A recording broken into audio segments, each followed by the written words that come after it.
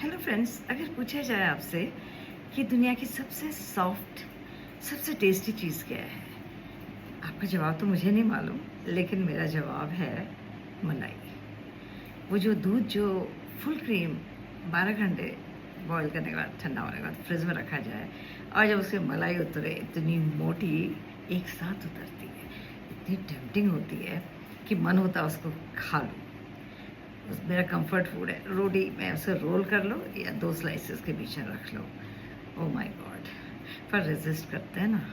एक तो अपना हेल्थ के हिसाब से बेहतर है कि ना खाएँ, और दूसरा ये कि फिर घी कैसे बनेगा? तो मैं उसको अभी एक कहानी सुनाती हूँ आपको। एक कपल था, ओल्ड कपल। उनके पास बहुत सी गाय-भैंसें थी और काफ़ी दूध निकलता था, तो वो क्या करते थे कि दूध, फ्रेश दूध को उबालते नहीं थे।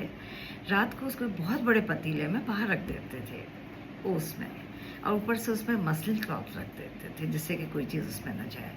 सुबह उसमें बहुत मोटी मलाई जमती थी कि पता नहीं कितने 20 लीटर्स तक दूध होता था, उससे भी ज़्यादा ही होता होगा। तो जब मलाई जमती थी, उसके बाद रोज़ घी बनता था, और रोज़ दोपहर में घी बनने के बाद उसको जो ओल्ड मैन था वो बाज़ार में जाके बेचता था।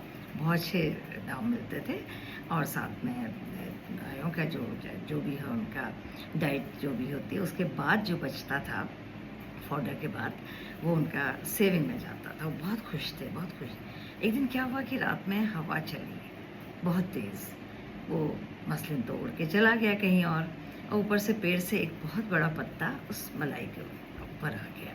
सुबह सबसे पहले वो ओल्ड लेडी उठती थी, वो गई वहाँ, उसने देखा पत्ता है, उसने उठाया, पत्ते ने काफ़ी मलाई अपने पे ले ली थी। उसने देखा, अरे वाह!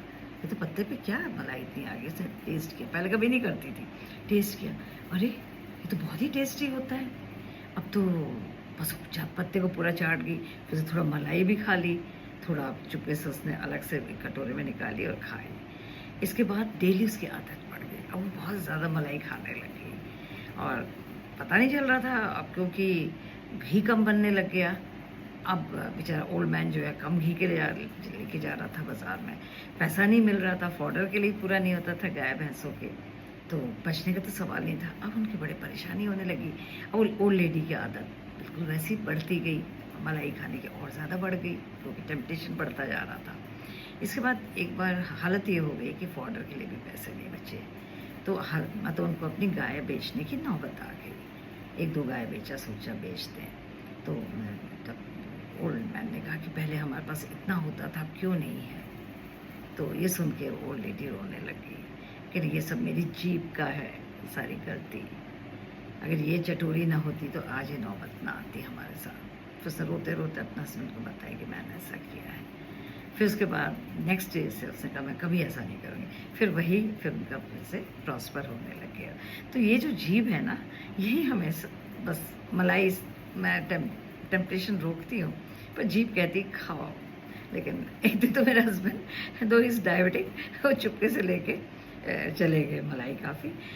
मैं तो खैर कहती नहीं हूँ कि जब जिसको खाने का मन है तो खाएँ ना, तो उनके अपने डिस्क्रिप्शन पे है कि खाएँ या ना खाएँ, तो लेके उन्होंने पराठे के साथ खाई, आलू के पराठे के साथ। तो मुझे लगा कि हर किसी का तो मन होता है ना, बस वही है कि हमारी विल पावर कितनी है।